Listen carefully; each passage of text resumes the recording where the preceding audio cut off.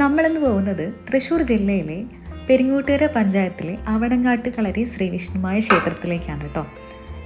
തെക്ക് നിന്നും വടക്ക് ഭാഗത്തു നിന്നും വരുന്നവർക്കായി കറക്റ്റ് ലൊക്കേഷൻ തൃപ്രയാർ ഇറങ്ങിക്കഴിഞ്ഞാൽ തൃപ്രയാർ ബസ് സ്റ്റാൻഡിൽ നിന്ന് ഡയറക്റ്റ് ബസ് അവടങ്ങാട്ട് ക്ഷേത്രത്തിൻ്റെ ഫ്രണ്ടിലേക്ക് ഉണ്ടായിരിക്കും കേട്ടോ.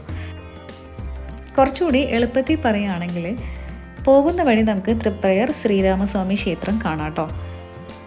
തൃപ്രയാർ ക്ഷേത്രത്തിൻ്റെ പുഴയോട് ചേർന്നുള്ള കിഴക്കേ നടയായിരിക്കും നമുക്ക് കാണാൻ പറ്റുന്നത് കേട്ടോ.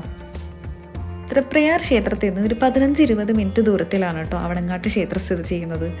നമുക്ക് ക്ഷേത്രത്തിൻ്റെ ഫ്രണ്ടിൽ ബസ് ഇറങ്ങിക്കഴിഞ്ഞാൽ ഇതുപോലുള്ളൊരു നടപ്പാതയിൽ കൂടെ നടന്ന് വേണം ഒരു 200-300 മീറ്റർ നടന്നിട്ടാണ് ക്ഷേത്രത്തിലേക്ക് എത്തുക.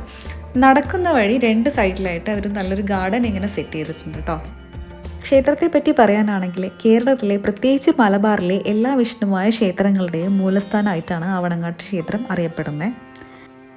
റിക്കനസിനെ ചുറ്റിപ്പറ്റിയുള്ള ക്ഷേത്രമായതിനാലാണ് അവടങ്ങാട്ട് കളരി എന്ന പേര് ലഭിച്ചത്.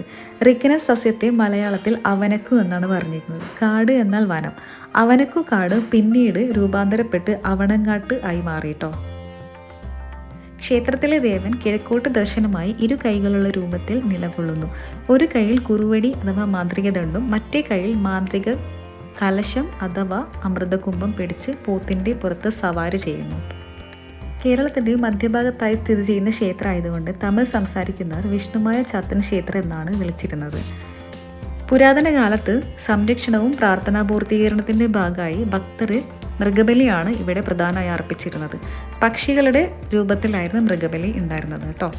നിലവിൽ ഇവിടെ ചുവന്ന പട്ടുകൾ മാത്രമേ സമർപ്പിക്കുന്നുള്ളൂ. ക്ഷേത്രത്തിൽ വരുന്നവർക്ക് എല്ലാ ദിവസവും അന്നദാനം ഉണ്ടായിരിക്കും. അതുപോലെ അവിടെ നിന്ന് ഇറങ്ങിക്കഴിഞ്ഞാൽ ക്ഷേത്രത്തിൻ്റെ പൂർണ്ണ രൂപം അവർ ഇതുപോലെ ഒരു മിനിയേച്ചർ പോലെ ഉണ്ടാക്കി വെച്ചിട്ടുണ്ടായിരിക്കും. അവിടെ നിന്ന് ഇറങ്ങിക്കഴിഞ്ഞാൽ കാണുന്ന ഇതാണ് കേട്ടോ ഇവിടുത്തെ മന. ഇത് ഇപ്പോൾ റിനോവേറ്റ് ചെയ്ത് എടുത്തതാണ്. കുംഭമാസത്തിലാണ് ക്ഷേത്രത്തിലെ ഉത്സവമായിട്ടുള്ള വെള്ളാട്ട് മഹോത്സവം നടക്കുന്നത് കേട്ടോ. 10 ദിവസം നീണ്ടു നിൽക്കുന്ന ഉത്സവമായിരിക്കും ഇത്.